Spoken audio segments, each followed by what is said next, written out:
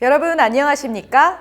1차 시에서는 사회복지시설의 정의와 유형, 그리고 인사노무 관리 현황을 함께 공부했는데요. 이번 2차 시에서는 사회복지시설 인사노무 관리 사례에 대해 살펴보겠습니다.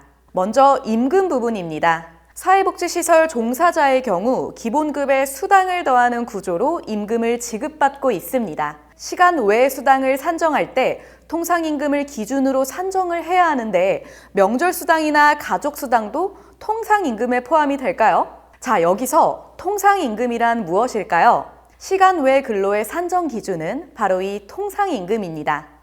통상임금은 근로자에게 정기적이고 일률적으로 지급되는 임금을 의미합니다. 그리고 이 통상임금은 연장근로, 야간근로, 휴일근로 등 가산수당을 계산할 때 기준이 되는 금액입니다. 명절수당의 통상임금 판단 근거는 대법원 2024년 12월 19일 선고 전원합의체 판결을 사례로 들 수 있습니다. 사회복지시설의 경우 지자체 지침 등에서 임금에 대한 항목 및 지급 기준을 정하여 시설 임의대로 임금 구조를 변경하기 어렵습니다. 따라서 금정적인 방법으로는 근로자들의 지속적인 근속 유도를 하거나 업무 동기부여를 생산하는 데 한계가 있습니다. 그 대신에 비금전적 보상을 활용하여 동기부여를 할 수 있는데요. 시설 자체적으로 시행할 수 있는 비금전적인 보상 방법에는 근로시간을 유연하게 조정, 또 시차 출퇴근 제도, 선택근무 제도 등을 운영할 수 있고 법적 휴가 외에도 추가적인 휴가나 특별휴가를 제공하거나 근로자의 건강과 복지를 위한 프로그램을 운영할 수 있습니다. 행정직군의 경우 재택근무가 가능하나 사회복지사나 재활치료사 등 직군별로 재택근무 도입이 불가능한 직종이 있어서 형평성에 문제가 야기될 수도 있습니다. 또한 법적으로 부여되는 기본 연차 외에 포상의 형태로 추가 연차를 지급할 수 있습니다. 네, 이번에는 근로시간 및 연장 근로에 대해서 알아보겠습니다.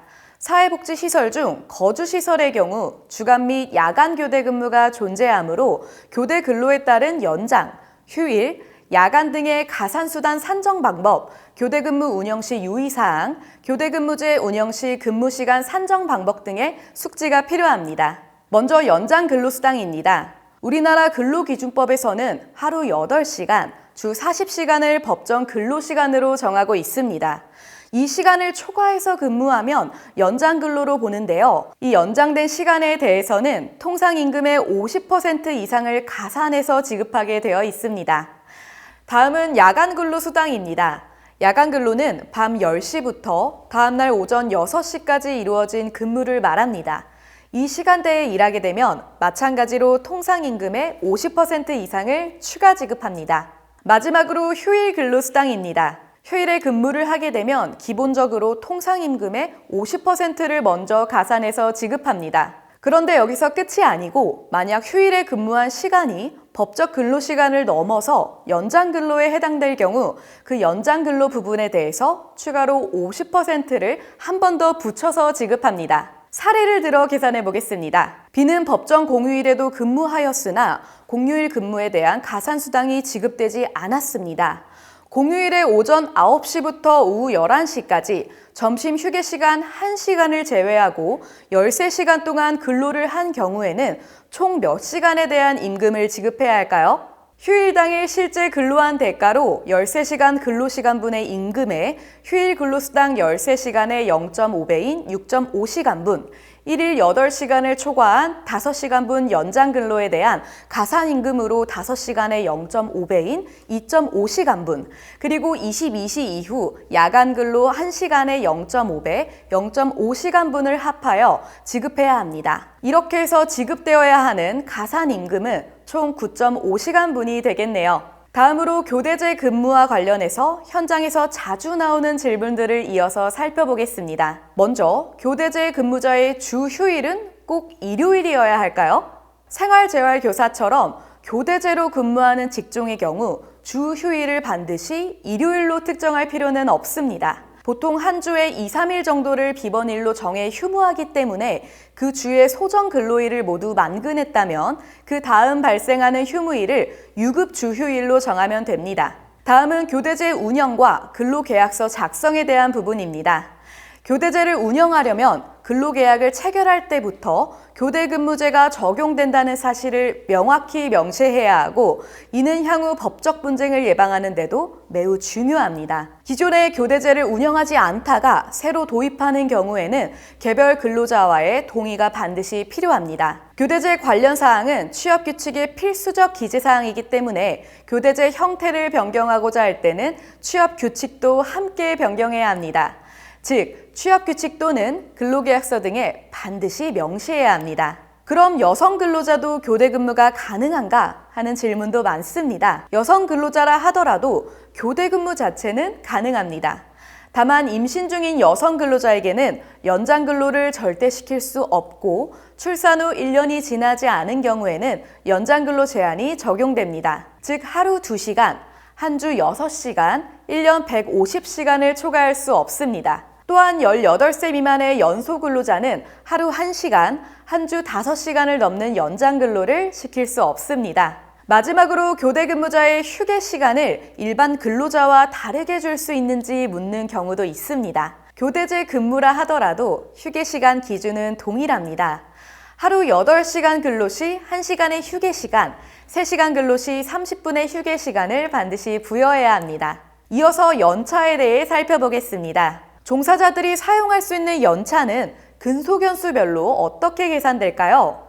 연차 휴가는 근로자가 1년간 일정 기간 근로를 제공한 후 일정 기간의 유급 휴가를 받을 수 있는 권리입니다. 근로기준법에 따라 1년 동안 80% 이상 출근한 근로자는 15일의 연차 휴가를 받을 수 있으며, 3년 이상 근속 시 2년마다 하루씩 추가됩니다. 1년 미만 재직자는 한 달 만근 시 1개씩 부여됩니다. 연차 휴가는 근로자의 휴식과 건강을 보장하기 위한 제도로서 사용자는 근로자가 원하는 시기에 사용할 수 있도록 해야 하며, 또한 사용하지 않은 연차는 연차 수당으로 보상될 수 있습니다. 이번에는 질병으로 인한 연차와 병가 사용 기준에 대해서 설명해 드리겠습니다. 사회복지시설 종사자가 질병으로 인해 연차를 사용해야 하는 상황이 발생했을 때 일정 기준을 충족하면 유급 병가를 사용할 수 있습니다. 다만 각 사회복지시설의 내규에 병가 규정이 별도로 마련되어 있는 경우에는 해당 규정을 우선 적용하게 됩니다. 그리고 시설 유형에 따라서도 병가 사용 가능 여부가 달라질 수 있다는 점을 함께 기억해 두셔야 합니다. 일반적으로 연 60일 범위 내에서 유급병가 사용이 가능하며, 구체적인 기준은 시설별 개별 지침을 우선적으로 따르는 것이 원칙입니다.